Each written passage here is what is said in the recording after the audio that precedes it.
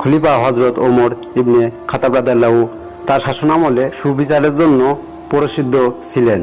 একদিন এক বৃদ্ধ মহিলা তার কাছে বিচার প্রার্থনা করতে আসেন।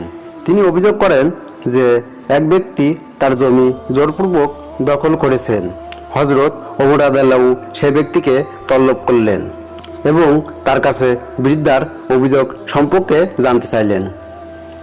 ব্যক্তি তখন জবাব দিল যে সে ওই জমি তার পিতার কাছ থেকে উত্তরাধিকার সূত্রে পেয়েছেন এবং তা বহু বছর ধরে তার দখলে রয়েছে।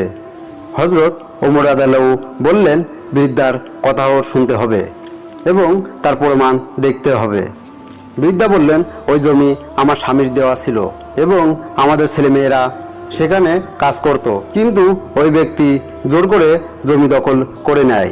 হজরত ওমর রাদিয়াল্লাহু বলেন, যদি প্রমাণ মেলে যে এই জমি সত্যি বৃদ্ধার, তবে তোমাকে তা ফেরত দিতে হবে এবং যদি প্রমাণ না পাওয়া যায় তবে বিষয়টি আরও গভীরভাবে তদন্ত করতে হবে। অবশেষে প্রমাণ হয় যে জমিটি বৃদ্ধারই ছিল এবং দখলদার ব্যক্তিকে তা ফেরত দিতে হয়। হজরত ওমর রাদিয়াল্লাহু এমনই ন্যায় বিচার প্রতিষ্ঠা করেছিলেন যেখানে কারোর প্রতি অবিচার হতো না এবং প্রতিটি মানুষের অধিকার সংরক্ষিত হতো। এই গল্প আমাদের শিক্ষা দেয় সুবিচার প্রতিষ্ঠার গুরুত্ব এবং সমাজের ন্যায় বিচার রক্ষার প্রয়োজনীয়তা।